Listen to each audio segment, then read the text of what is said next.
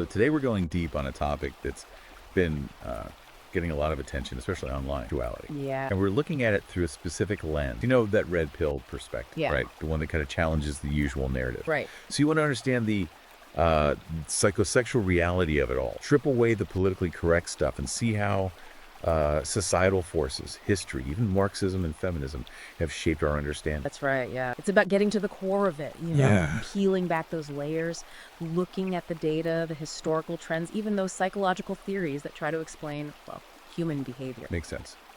And for this deep dive, we've got a great guide, Name of Book by Conrad Reicher. Oh, yeah, Conrad, the author, he really went all in on this one. He did. He wanted to understand homosexuality from a very rational and scientific, one that doesn't shy away from uncomfortable truths or get lost in ideology. Yeah, the book is seriously thorough. I mean, he covers everything, like the history of societal attitudes, those Freudian theories, family dynamics, the influence of religion and culture, the impact of the media, and of course, the biological and evolutionary stuff. That's always a big one. Right, the nature versus nurture debate.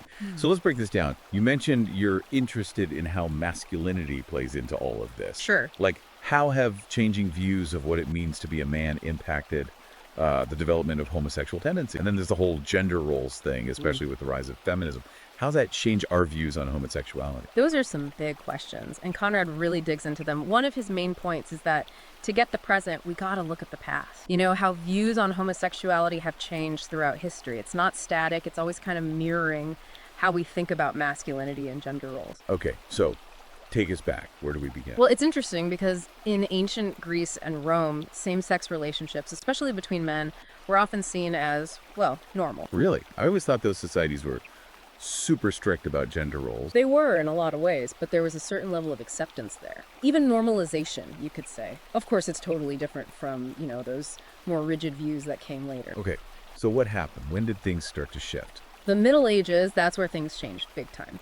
Christianity became really powerful, and homosexuality started to be seen as a sin, like it was against nature. I see. And then that idea got even stronger during the Victorian era. All those strict social rules, the focus on the traditional family, homosexuality got pushed way into the shadows. Got it. So religion and cultural norms were huge factors in shaping those early perceptions. But what about psychology? You mentioned Freud earlier. How do his theories help us understand the development of homosexuality? Freud. Always a bit controversial, right? But his theories are, they're interesting. They give us a framework for thinking about how early childhood experiences, especially within the family, could affect sexual development. He had this idea of psychosexual stages, oral, anal, phallic, latency, and genital. Each stage comes with its own challenges, you could say. Right. Those names ring a bell, but maybe a quick refresher for our listeners who haven't brushed up on their Psych 101 lately. Okay, so it starts with the oral stage. That's from birth to about 18 months. It's all about the mouth, sucking, biting, all that. Basic needs getting met. Then comes the anal stage, around 18 months to 3 years old.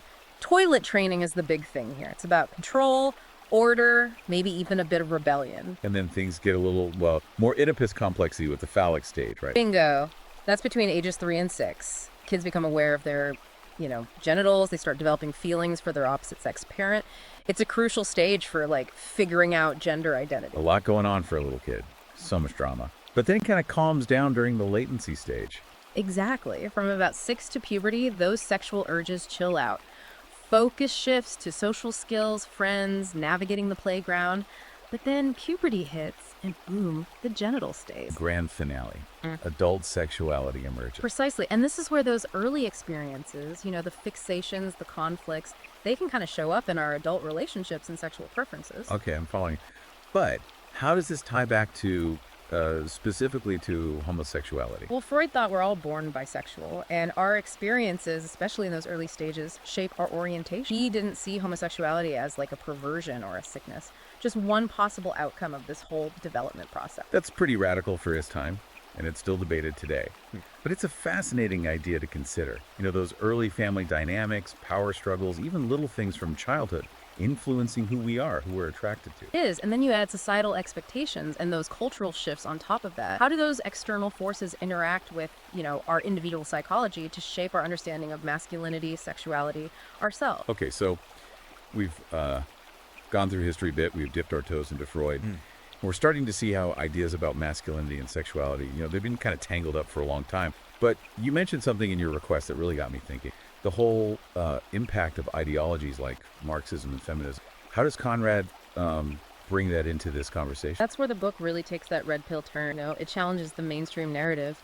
Conrad's argument is that these ideologies like Marxism and feminism, they're often seen as progressive, liberating, but they've actually contributed to a decline in traditional masculinity. And in some ways, they've made all the anxieties around homosexuality even worse. Okay, now I'm really curious.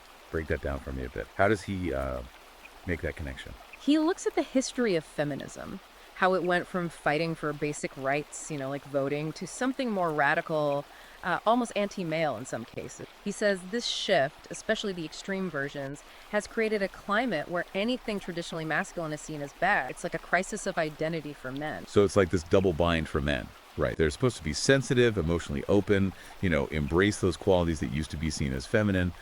But at the same time, they're still expected to be strong, assertive, the providers, all those classic masculine ideals. Exactly. And Conrad says all this mixed messaging leads to confusion, resentment, emasculation even. It undermines those traditional markers of masculinity that used to give men structure and purpose. Okay, I get that. But how does this all connect back to homosexuality? Well, his point is that this weakening of traditional masculinity has created a void, a sense of insecurity. And that can sometimes manifest as an aversion to homosexuality. Some men, they're already struggling to figure out what it means to be a man in this world where the old rules don't apply anymore. So they see homosexuality as a threat, like it's eroding those clear gender boundaries even more. So it's like a backlash almost, a defensive reaction to feeling like masculinity is under attack. That's one way to see it. And Conrad doesn't shy away from the more controversial aspects of this. He talks about the men's rights movement, the red pill communities online, and the backlash against what some people see as, feminism going too far. It's definitely a hot button issue, yeah. Yeah. I appreciate that Conrad doesn't try to, sugarcoat things. He presents those perspectives, even the ones that might be seen as offensive or controversial, as part of this bigger conversation about how masculinity and sexuality are changing. Exactly. He's not saying any one view is right or wrong. He's just laying out all the different pieces, the different threads of this, complex tapestry. And he encourages readers to think for themselves, to connect the dots and draw their own conclusions. Okay, so we've talked about history, psychology, societal shifts, and now these ideological influences. It's a lot to process. But you also mentioned wanting to understand the scientific perspective on homosexuality. What does the book have to say about that? That's where things get really fascinating. Conrad digs into all the scientific research, the biological and evolutionary factors that could be involved in sexual orientation. He's clear that it's not like a settled debate, but he points out some pretty compelling evidence suggesting that homosexuality isn't just a choice or a social construct. What kind of evidence are we talking about? Well, he talks about those twin studies, remember?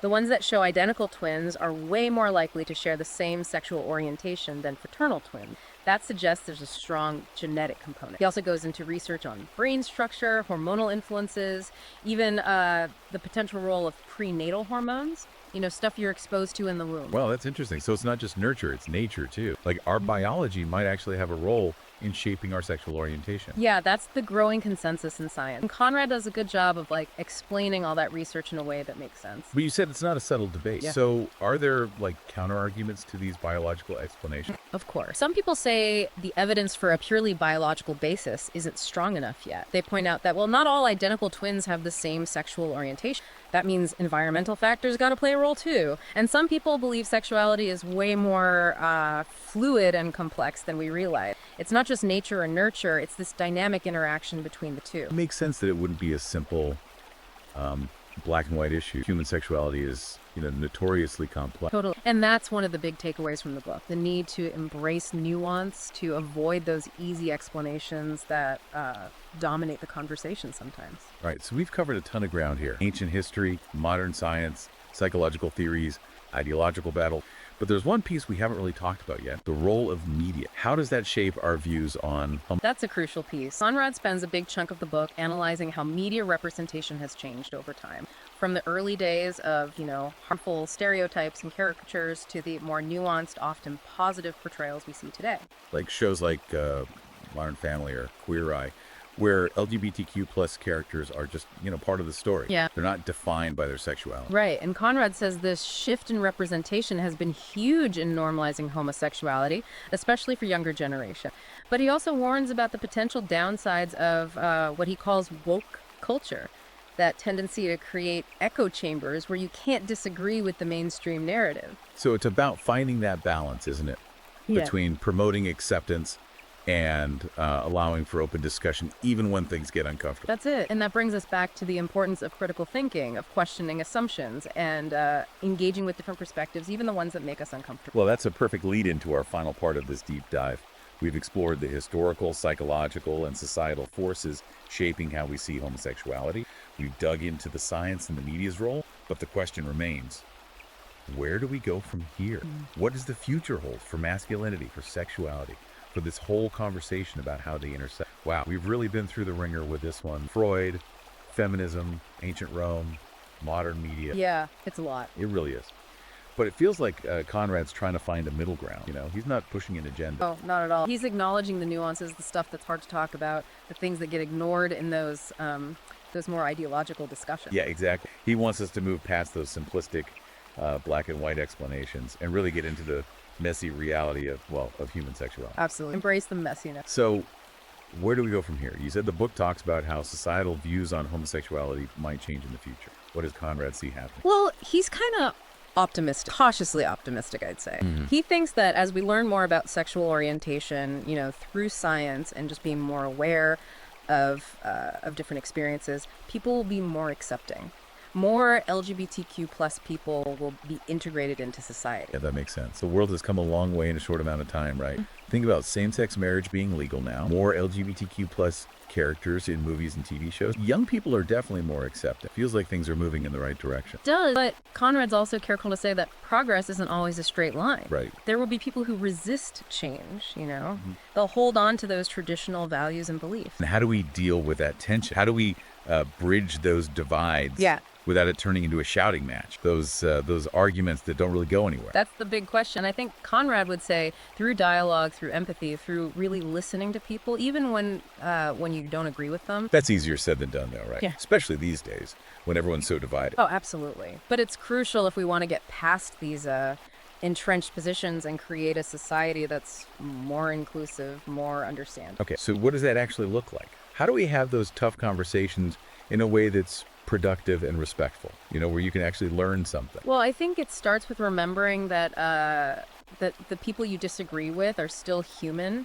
It's easy to demonize the other side, make them into caricatures, dismiss their views as, ignorant or hateful. Right. But that just makes the divide bigger. It's about seeing each other as individuals with our own experiences, our own beliefs and values. Exactly. And being willing to listen, to really hear what the other person is saying, even if you don't like it.